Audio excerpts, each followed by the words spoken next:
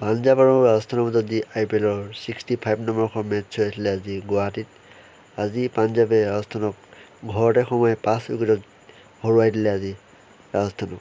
ৰাজস্থানে আজি প্ৰথমে বেটিং কৰি 145 ৰানৰ টাৰ্গেট দিছিলে। আজি ৰাজস্থানৰ প্লেয়াৰবিলাক এটাও ভাল খেলিব নোৱাৰিলে।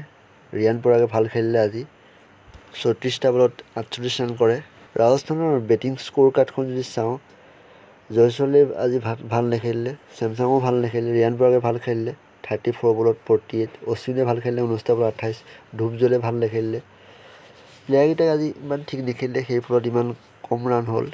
আজি পাঞ্জাৱৰ বলিং লাইন বৰ ধুনীয়া কৰে। ছেম কৰ্ণে 2টা উইকেট পায়, বৰ ধুনীয়া বলিং কৰে।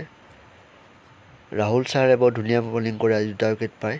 আৰ্শদীপ সিঙে ভাল কৰে বলিং, 1টা উইকেট পায়। হৰ্ষল পেটেলে 2টা পায়, বৰ ধুনীয়া বলিং কৰে। আজি পাঞ্জাৱৰ বেটাৰসকলে ভালেই খেলে। ছেম কৰ্ণে বৰ ধুনীয়া এটা ইনিংছ খেলে, মেটচখন জিকাই দিয়ে। 63 ৰান কৰি মেটচখন জিকাই দিয়ে। যদি ভিডিঅ' ভাল লাগে এটা লাইক কৰি দিব। Thank U.